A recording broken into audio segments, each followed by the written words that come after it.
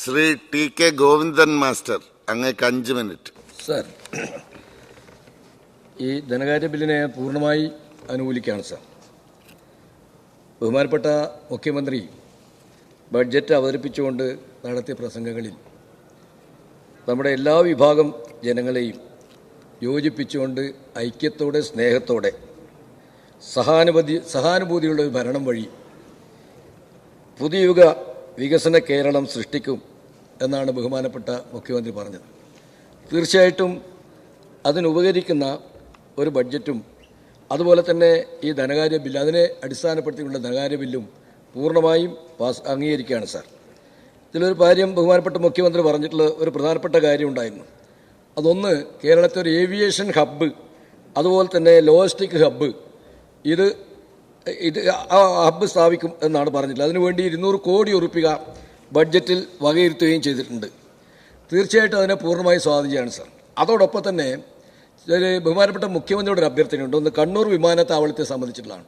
അപ്പോൾ ആ വിമാനത്താവളം ആയതിനു ശേഷം ആ വിമാനത്താവളത്തിൽ വേണ്ടത്ര വിമാനങ്ങൾ വന്നു പോകുന്നില്ല.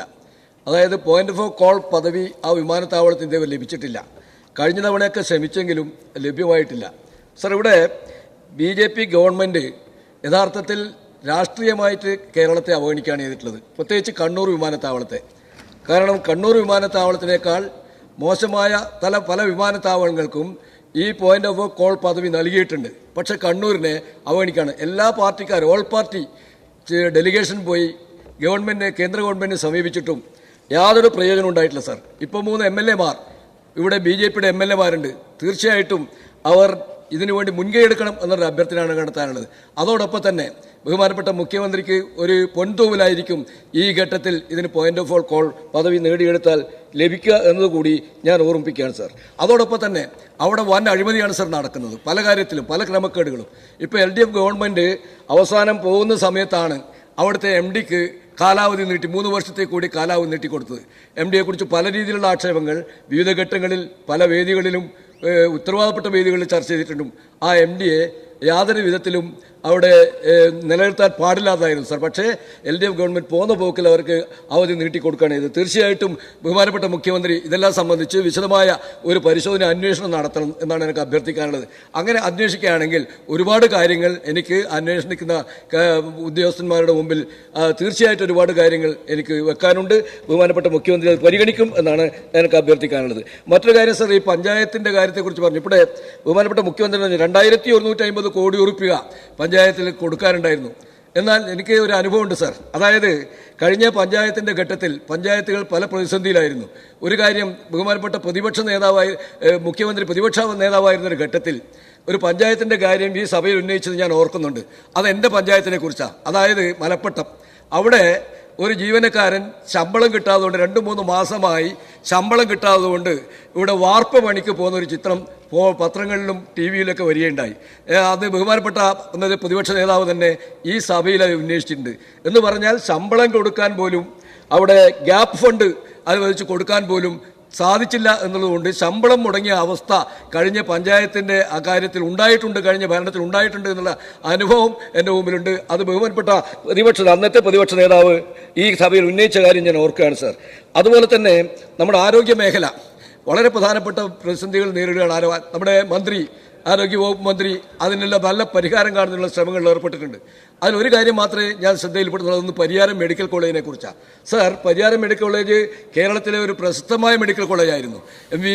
MVR അന്ന് ആരംഭിച്ച ആ മെഡിക്കൽ കോളേജ് വളരെ നല്ല നിലയിൽ പ്രവർത്തിച്ച മെഡിക്കൽ കോളേജായിരുന്നു. പക്ഷേ ഇന്ന് അത് വളരെ ശോച്യാവസ്ഥയിലാണ് കിടക്കുന്നത്. ഗവൺമെൻറ് ഏറ്റെടുത്തതിന് ശേഷമുള്ള അവസ്ഥ വളരെ ശോച്യാവസ്ഥയാണ് സാർ.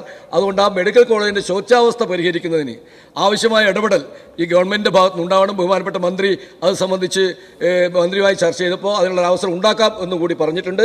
അത് ഞാൻ ഈ ഗവൺമെൻറ് ശ്രദ്ധയിൽപ്പെടുത്തുകയാണ് സാർ.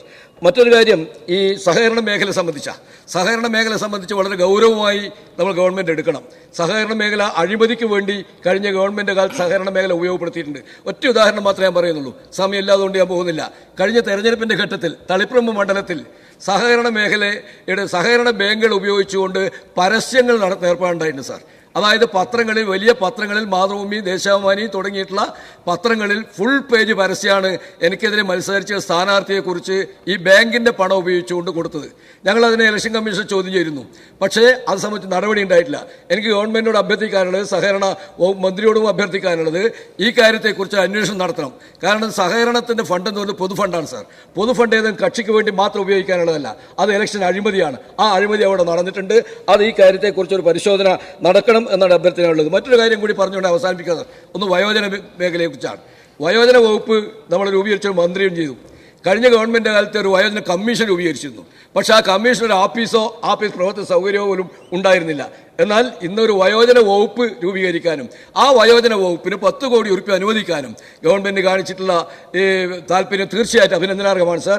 അതുകൊണ്ട് തീർച്ചയായിട്ടും ഞാൻ ഈ ബില്ലിനെ പിന്തുണയ്ക്കുകയാണ്. അതോടൊപ്പം തന്നെ മറ്റൊരു കാര്യം, ഈ പ്രവാസി നിക്ഷേപം സംബന്ധിച്ചൊരു കാര്യം കൂടി പറയാനുണ്ട് സാർ.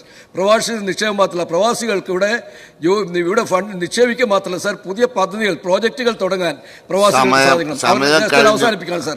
അവരുടെ പണം കേരളത്തിൽ മുടക്കി ഇവിടുത്തെ തൊഴിൽ സാധ്യതകൾ ഉണ്ടാക്കിയെടുക്കുന്നതിന് ആവശ്യമായിട്ടുള്ള സംരംഭങ്ങൾ തുടങ്ങാൻ അവരെ പ്രേരിപ്പിക്കണം സാർ. അവരെ നിക്ഷേപം മാത്രം നമ്മൾ മേടിക്കുകയല്ല, അവരെ സംരംഭം തുടങ്ങാൻ ആവശ്യമായിട്ടുള്ള സഹായങ്ങൾ ഗവൺമെന്റ് ഭാഗത്തുണ്ടാക്കി കഴിഞ്ഞാൽ കൂടുതൽ തൊഴിലവസരങ്ങൾ നമുക്ക് ലഭ്യമാകും. അതുവഴി ഗവൺമെന്റിന് നികുതി വരുമാനത്തിൽ നേട്ടമുണ്ടാകും. അതുകൊണ്ട് അതിനനുസരിച്ച് സംരംഭങ്ങൾ തുടങ്ങുന്നതിന് ആവശ്യമായിട്ടുള്ള നടപടികൾ, അതിനുള്ള സഹായങ്ങൾ ഗവൺമെന്റിന്റെ ഭാഗത്തുനിന്ന് ഉണ്ടാകണം എന്നുകൂടി ഞാൻ ഈ സന്ദർഭത്തിൽ പറയുകയാണ് സാർ. മറ്റു കാര്യങ്ങളിലേക്കൊന്നും ഞാൻ കടക്കാൻ സമയമില്ലാത്തതുകൊണ്ട് അവസാനിപ്പിക്കുകയാണ്.